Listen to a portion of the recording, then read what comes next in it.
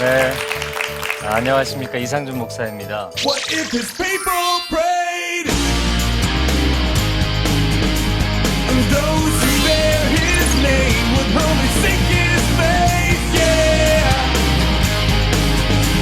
and turn from their own ways. He said that he would hear. 제가 청년들을 보면서 또 그리고 청소년들을 보면서 한 가지 저와 동일한 고민이 있다는 걸 느낍니다. 그건 무엇이냐면, 왜 내 인생은 생각대로 안 될까? 왜 내 인생은 생각하는 대로 잘 풀리지 않을까? 내가 사랑하는 사람, 내 남편, 내 아내, 아니면 여러분 청년들 같으면 내 연인, 내 남자친구, 여자친구 하나도 내 마음대로 안 됩니다. 그게 인생의 가장 큰 딜레마라고 생각이 됩니다. 사람이 끊임없이 생각하게 돼 있고, 그리고 그 생각은 간절한 소원과 열망으로 표현이 되는데, 그 생각한 대로 인생이 펼쳐지지 않으니까 늘 이렇게 인생이 힘든 거예요. 그리고 생각은 열심히 쏟아부었는데 삶에서는 펼치지 않으니까 지치는 거죠. 마음이 지치고 생각이 지치고 열정이 지치게 되는 걸 보게 됩니다. 제가 오늘 여러분과 나누고 싶은 이야기는 바르게 생각하고 바르게 행동하는 생각의 문제만을 집중적으로 이야기를 해보려고 합니다. 여러분, 사람의 인생이 생각한 대로 다 되면 얼마나 신속하고 편리하고 그리고 그 인생에 힘이 생길까요? 사람이 생각한 대로 그게 다 된다면. 여러분, 인간이 생각하는 게 얼마나 악한 것이 많습니까? 사람들이 사기치고 거짓말할 뿐만 아니라 살인과 폭행과 음란과 전쟁과, 이 인간이 생각하는 것이 얼마나 악한 것이 많은지 몰라요. 근데 인간이 생각한 모든 것이 그대로 된다면 이 세상은 정말 감당할 수 없는 지옥과 같은 세상이 될지도 모르겠습니다. 창세기 6장 5절 말씀에 이런 말씀이 있어요. 여호와께서 사람의 죄악이 세상에 가득함과 그의 마음으로 생각하는 모든 계획이 항상 악할 뿐임을 보시고, 그리고 노아 홍수를 일으키신 거예요. 하나님이 그냥 세상이 마음에 안 들어서, 사람들이 좀 마음에 안 들어서가 아니고요, 사람들이 악하기 때문에 세상을 심판하셨는데, 창세기 6장 5절에는 분명히 뭐라고 되어 있냐면 그 마음의 모든 생각이 악해졌기 때문이래요. 행동이 악해진 어떤 결과의 문제가 아니라 생각 자체, 즉 행동을 일으키고 사람의 말과 모든 관계와 사회 시스템을 만들어내는 이 근본 뿌리가 되는 생각 자체가 악한 거예요. 그래서 하나님이 가망성이 없다고 보신 겁니다. 이 재생불능, 회복불능의 상태로 보신 거예요. 그만큼 우리의 생각이 중요하다는 것이죠. 그런데 제가 하나님을 바라보니까 하나님은 하나님의 생각대로 되시더라고요. 하나님은 자신의 기쁘신 뜻대로 모든 일을 행하신다. 이 서신서에 보면 그런 말씀이 굉장히 많이 나옵니다. 그래서 보니까 하나님은 하나님이 뜻하신 대로 되고, 하나님 말씀하신 대로 되고, 하나님의 생각대로 돼요. 어떤 사람들은 이렇게 불평을 하죠. 그러면 전부 다 하나님 맘대로 아니냐. 여러분, 하나님 맘대로라고 이야기를 하면서 마음에 억울하세요? 네, 그냥 웃고 계신데 사실 억울하죠. 기도하면서 하나님 내 마음도 알아주시면 좋겠는데 왜 모든 걸 하나님 맘대로 하셔야 되냐. 근데 이것을 아셔야 됩니다. 기도하는 나조차도 내 마음이 거룩하지 않고 온전하지 않고 선하지 않을 때가 있어요. 그러나 하나님은 항상 선하십니다. 하나님의 생각이 그대로 이루어져도 그 결과가 선할 수 있는 것은 하나님의 모든 계획과 하나님의 모든 말씀이 선하기 때문입니다. 그래서 그 하나님의 바르게 생각하시고 그 바르게 생각한 모든 것을 펼치시는 그 하나님의 자녀라면 우리가 그 하나님의 특성을, 그 하나님의 역사하심을 우리가 동일하게 경험해야 되지 않겠는가. 오늘 그것을 나누고 싶은 것이죠. 그래서 제가 여러분에게 몇 가지 상황들을 좀 들어서 이야기를 해보려고 합니다. 삶의 예를 들어서 우리가 인생에서 이런 문제는 이렇게 다뤄야 되지 않겠는가. 또 마지막에는 여러분이 어떻게 여러분의 삶을 바르게 생각하고 바르게 실천하며 살 것인지를 제가 실천적인 제안들을 해보고자 합니다. 저를 한번 따라해 보세요. 어려운 말일수록 쉽게 하라. 네. 저는 사람을 대하는 걸 굉장히 어려워했어요. 이유는 뭐냐면 내가 이 말을 하면 저 사람이 기분 나빠하지 않을까? 저 사람이 날 이상하게 생각하지 않을까? 뭐 이런 온갖 생각을 한 거예요. 그러다 보니까 저의 권위자에 대해서 저보다 연장자이거나 저보다 지위가 높거나 그런 분을 대할 때는 더 마음이 어려운 거예요. 게다가 제가 어려운 얘기를 꺼내야 될 때 그때는 뭐 그냥 하늘이 너무나 노래지는 거예요. 말을 할 수가 없는 거예요. 그러다 보니까 제가 어려운 얘기를 막 어렵게 꺼내더라고요. 가뜩이나 어려운 얘기인데 어렵게 하니까 분위기가 어려워지니까 더 어렵게 상대방이 받아들이는 것을 알게 되었어요. 제가 이 말을 하면서도 생각을 하고 있네요. 그래서 제가 여러분에게 이야기하고 싶은 건 뭐냐면 어려운 얘기일수록 쉽게 하라는 거예요. 어떤 사람들은 어려운 사람 만나거나 어려운 자리에 나갈 때 자기가 이렇게 이야기를 해야지 모범 답안을 준비해서 나가더라고요. 그거 하지 마세요. 여러분이 진심만 갖고 나가세요. 물론 생각을 전혀 하지 말라는 거 아닙니다. 여러분의 생각을 정리하세요. 그러나 이렇게 이야기하면 내가 오해받을 걸 피해갈 수 있지 않을까? 내가 이렇게 이야기하면 좀 손해를 덜 보지 않을까? 이런 거 계산해서 나가지 말라는 거예요. 진심을 가지고 나가고 진실을 품고 나가세요. 그러면 그냥 얘기를 쉽게 꺼내는 겁니다. 어려운 얘기일수록. 어려운 사람일수록 바로 찾아가고 그러면 여러분의 삶 가운데 전혀 다른 장르가 펼쳐질 거라고 생각이 됩니다. 제가 어제도 교육 전사님들 인터뷰를 했어요. 근데 인터뷰를 할 때마다 느끼는 게 뭐냐면 여러분도 이제 인터뷰를 하지만 정답만 골라서 얘기하려는 사람들이 있어요. 눈에 띕니다. 근데 정답을 골라서 얘기하는 사람을 뽑는 게 아니고요. 그 사람이 정답인 사람을 뽑게 돼 있습니다. 인간관계도 마찬가지입니다. 여러분이 자꾸 생각하고 머리에서 계산하고 정답안을, 모범 답안을 만들어서 얘기하려고 하지 마시고요. 진심으로 이야기하세요. 그러면 당신 자신이 정답이 되는 거예요. 그럼 어떤 이야기를 나눠도 서로가 마음이 통할 수 있는 것이죠. 제가 대학을 다니면서 한 가지 이런 일이 있었습니다. 저는 영어 영문학을 했기 때문에 영어로 과외를 했어요. 그런데 이 과외를 통해서 돈을 쉽게 버니까 돈을 쉽게 쓰게 되더라고요. 어느 날 저에게 이런 생각이 떠올랐어요. 어떤 생각이냐면, 내가 돈을 너무 쉽게 버니까 쉽게 쓴다. 가치 있게 돈을 벌어야겠다. 무슨 생각을 했냐면 번역을 해야겠다. 네, 선한 생각이죠. 제가 이런 선한 생각을 하게 됐어요. 그래서 번역을 시작했어요. 그런데 처음으로 저에게 주셨던 책이 뭐였냐면 D.L. 무디라는 책이었어요. 근데 이 책이 번역을 해서 나왔는데요. 상하권입니다. 상하권. 총 페이지 수가 700페이지에 달하는 책이에요. 첫 번째 책을 번역을 했는데 저 죽는 줄 알았어요. 9개월 동안 번역을 했는데 내가 다시는 번역을 안 하리라. 내가 번역을 다시 한다면 내가 미쳤다. 이렇게 생각을 했어요. 그런데 번역을 한번 하고 나니까 그게 저에게 굉장한 유익이 있더라고요.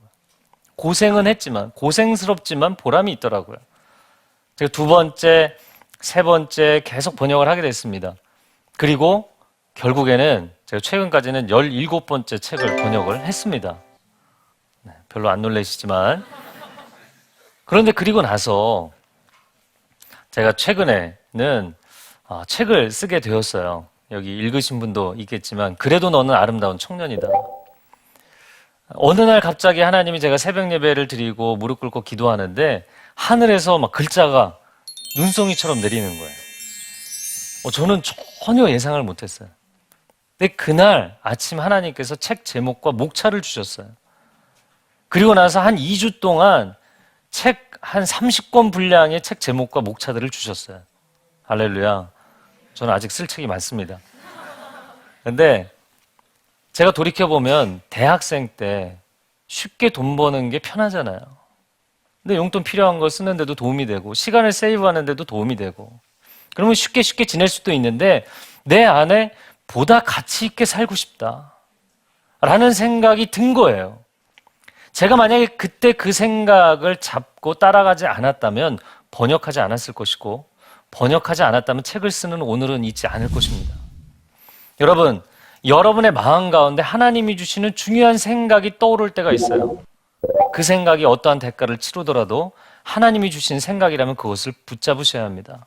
온누리교회에서 제가 사역을 하면서 이제 16년째 사역을 하는데 청소년 사역을 처음 시작할 때 저희 담당하시던 목사님이 정말 기도를 열심히 하시던 분이었어요. 이분이 전사님들을 모아서 한 달에 한 번씩 계속 기도원에 가서 하루 종일 이틀 내내 기도를 하는 거예요. 그리고 하나님 무엇을 원하십니까? 그 목사님이 어떤 플랜을 짜고 와서 내년에는 이런 사역을 하겠습니다 이야기하는 것이 아니라 하나님이 원하시는 것이 무엇입니까?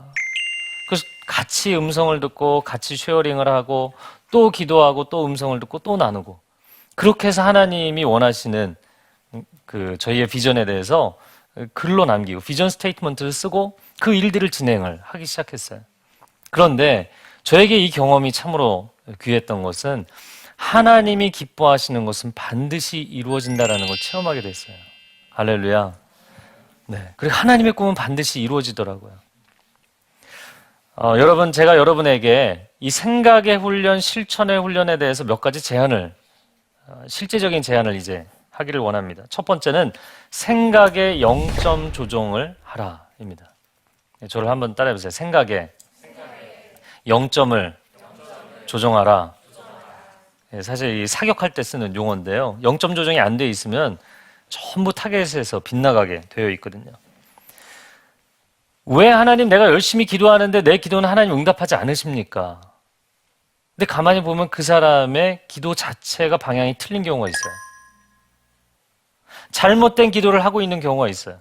그럼 그 기도는 아무리 열심히 해도 새벽 기도를 하고 금식 기도를 하고 하나님 앞에 아무리 매달려도 그 기도는 응답이 안 될 가능성이 거의 99.999%인 거죠.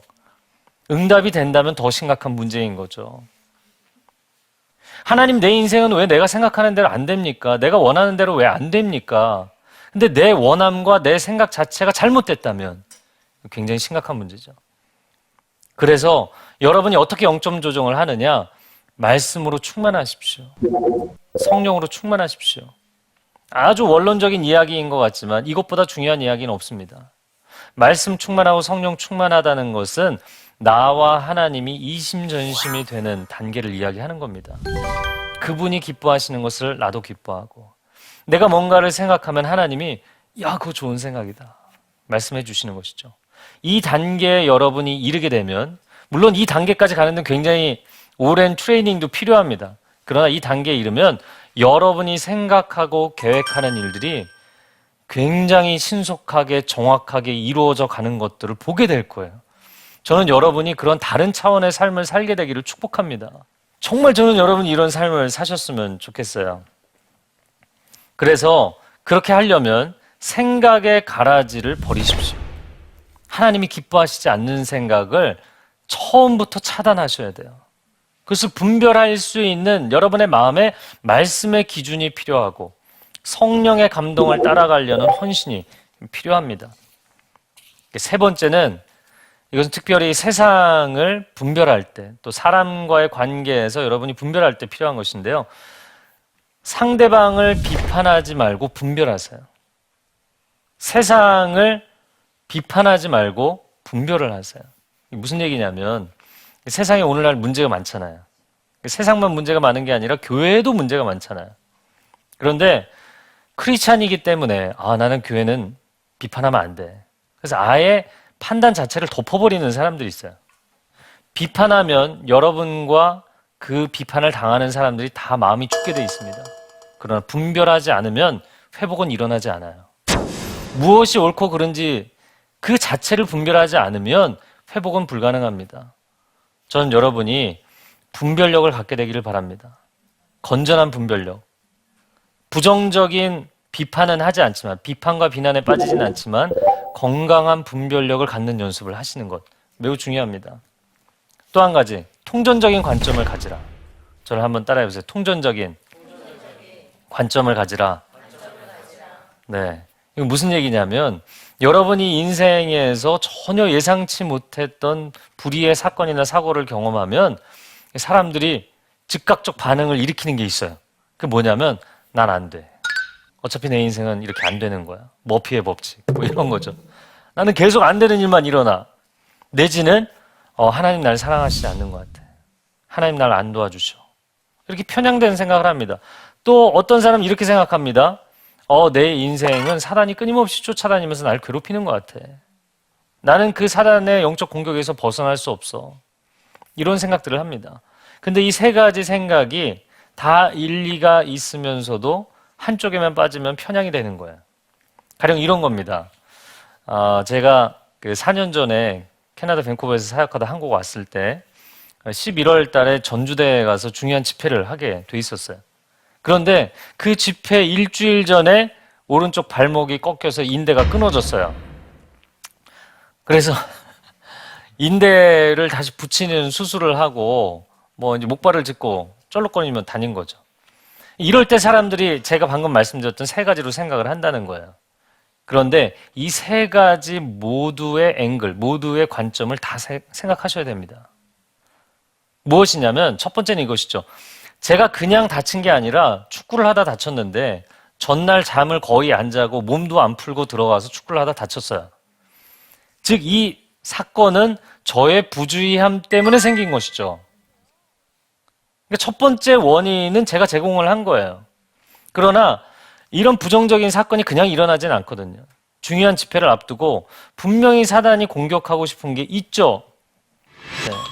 네. 영적인 공격이 분명히 있는 거예요. 근데 제가 쭉 사역을 하다 보니까 사단이 긴장하고 저쪽에서 먼저 선제 공격을 할 때는 하나님의 큰 역사하심이 준비되어 있더라고요. 할렐루야. 세 번째는 하나님의 섭리죠. 사단이 공격을, 나의 부주의함을 통해서 사단이 공격했지만 하나님은 더 큰 일을 이루시겠구나. 그래서 제가 전주대를 이제 가려고 했습니다. 그랬더니 옆에 있던 다른 목회자들이 야, 그 발을 하고 어디를 가서 거기 설교를 하냐, 전주까지. 그래서 제가 뭐라고 대답을 했냐면 발로 설교합니까? 입으로 설교하지? 사실 맞는 거잖아요. 그렇죠? 그럼에도 불구하고 사람들은 그렇게 어려운 상황, 사건을 경험하면 생각이, 판단 자체가 흐려지게 됩니다. 잘못 판단하고 잘못 원인 진단을 하고 어리석은 결정을 내리는 경우들이 많아요. 제가 목발을 짚고 갔어요. 네, 그리고 올라가서 설교했어요. 근데 정말 성령께서 기름 부어주시는 그 역사하심이 너무나 놀랍더라고요. 그걸 알고 있기 때문에 사단이 공격한 것이고, 사실 저는 그런 중요한 집회를 앞두고 또 어리석게 제 부주의함이 있었던 거죠. 이 모든 거를 다각도로 통전적으로 고려를 하셔야 된다는 거예요. 한 가지만 더 말씀드리면 주님 안에서 실천하십시오. 여러분의 생각이 바르다면 그것을 즉각 실천하는 연습을 가지세요. 저는 생각이 많아서 길을 가다가 누구를 도와주고 싶어도 거린이 있어도 내가 이렇게 가서 돈을 줄 때 아니면 위로의 말을 할 때 저 사람이 어떻게 반응할까? 사람들이 어떻게 볼까? 내 옆에 지금 동행하고 있는 사람이 뭐라고 생각을 할까? 빨리 가자고 하지 않을까? 뭐 온갖 생각을 하는 거예요.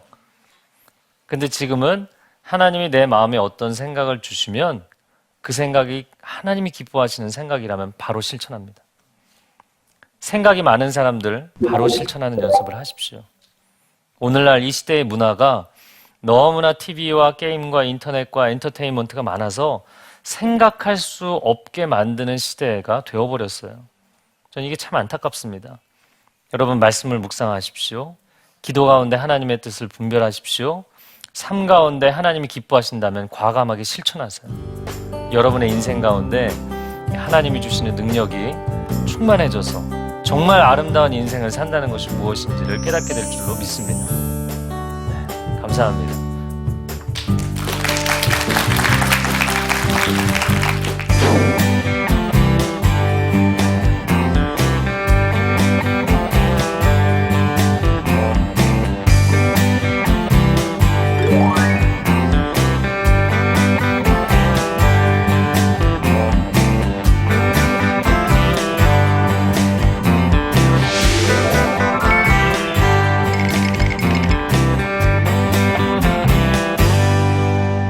내 생각을 감히 하나님의 생각과 맞춘다는 것이 불가능하게 느껴지는데요.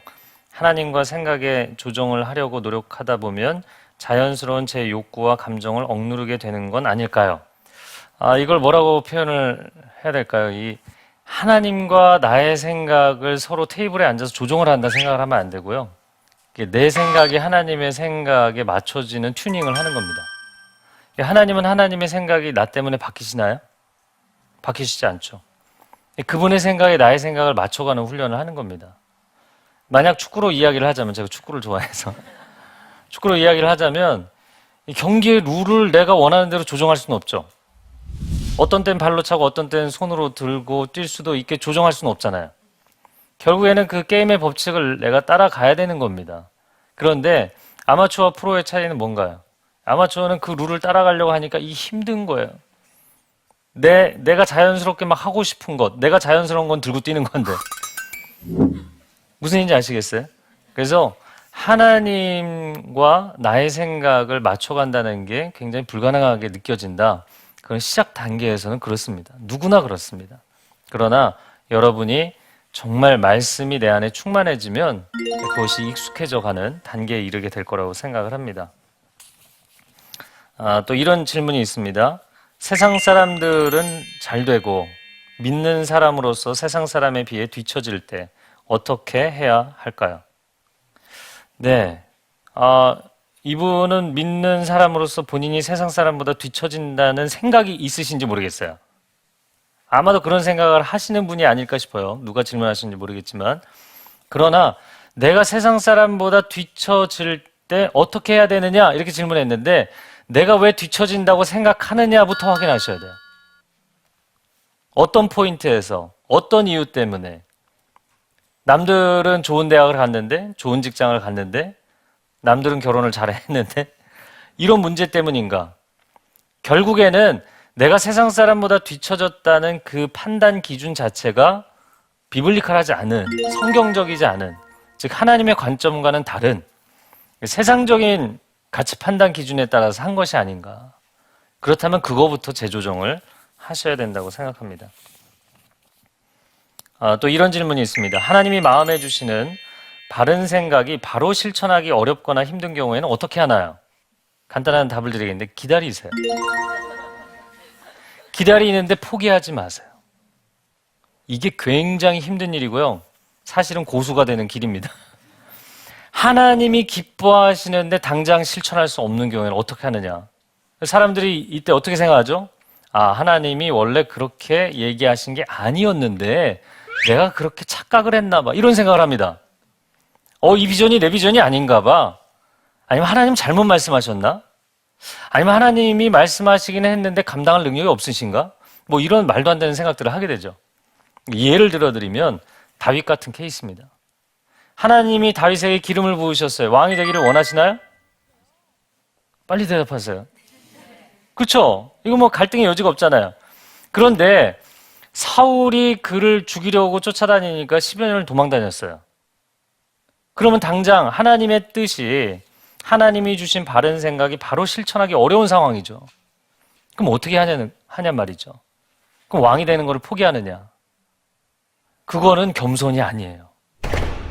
저는 겸손하게 내려놓겠습니다. 겸손이 아니에요. 하나님이 주신 생각은 포기하지 마셔야 돼요.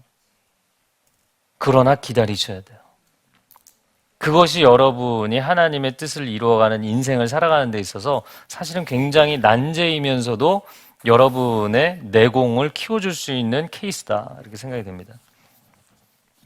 또 한 가지 질문은 하나님의 음성을 분별하려면, 굉장히 짧게 엄청난 주제를 굉장히 짧게 쓰셨어요.